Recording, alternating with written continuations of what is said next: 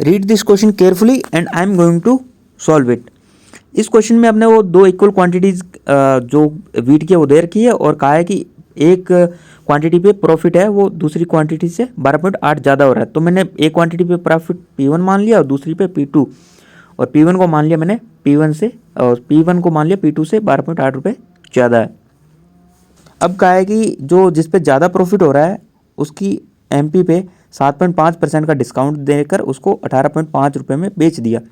तो मैंने कह दिया MP1 पे 7.5% का डिस्काउंट देने के बाद कितना बचेगा 92.5%। MP1 का वो कितना है 18.5, और 92.5 का दुगना ही तो 185 होता है। तो यहाँ से MP1 अपने को मिल जाएगा 20 रुपीज़। MP1 मिल जाएगा यहाँ से 20 रुपीज़। और यहाँ से अपने को लास्ट लाइन ये कह रही है कि मार्केट प्राइस है दोनों का सेम है, तो MP1 बराबर MP2। ठीक है। अब लास्ट ये क्वेश्चन कह क्या रहा है कि टोटल डिस्काउंट कितना है ये अपने को बताना है। तो D1 कितना हो जाएगा डिस्काउंट, पहले वाले की SP1 18.5 है और MP1 20 है तो डिस्काउंट 1.5 आ जाएगा। और D2 कितना आ जाएगा, MP मतलब मार्केट प्राइस दूसरे के लिए 20 है, उस पर 6 और 5 का सक्सेसिव डिस्काउंट दे रहा है, 6 और 5% का। कितना होता है सक्सेसिव, -6 -5 प्लस 0.3 कितना हो जाएगा 10.7 माइनस का ये डिस्काउंट दे रहा है। किस पे, MP2 पे, दूसरे वाले पे। तो 10.7% का डिस्काउंट यहाँ पे 20 पे कितना आ जाएगा। ठीक है, इसको सॉल्व कर दो। यहाँ से 10.7% डिस्काउंट आ जाएगा 2.14। तो अपने को टोटल डिस्काउंट बताना है, टोटल डिस्काउंट। ठीक है, तो टोटल डिस्काउंट कितना हो जाएगा अपने पास D1 प्लस D2, और जो भी क्वांटिटी होगी वो उसके मल्टीप्लाई में होगी।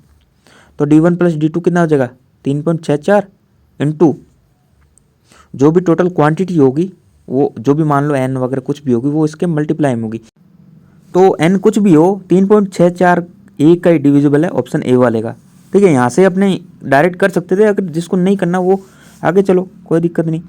देखो सेम CP1 अपने को कितना दे रखा है 12.5 रुपये, और उसने जब खरीदा है माल तो CP1 और CP2 दोनों का इक्वल ही तो होगा ना। उसके बाद जो भी डिस्काउंट वगैरह लगा के बेचा है तो CP1 और CP2 कितना है 12.5 रुपये, 12.5 रुपये। ठीक है, और अपने को SP1 18.5 दे रखा है और वहाँ से CP1 12.5 है, तो प्रॉफिट मतलब P1 कितना आ जाएगा 6 रुपीज़ का। ठीक है, और अपने को P2 देखने के लिए मतलब जो प्रॉफिट सेकंड वाले का उसको देखने के लिए MP1 में से ये D2 डिस्काउंट हटाएंगे तो SP2 कितना आ जाएगा 20 में से 2.14 हटाने पर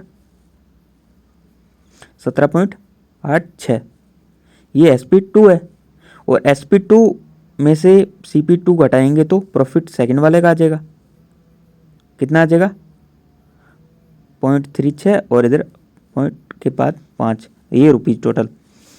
तो अपने को यहाँ से P1 और P2 का गैप कितना है यहाँ पे, क्योंकि आगे भी वहाँ पे डिस्काउंट जो भी P1 माइनस P2 है वो 12.8 दे रखा है। तो यहाँ से P1 माइनस P2 आ रहा है 0.64 इंटू जो भी क्वांटिटी है यहाँ पे, यहाँ से n आएगा अपने पास।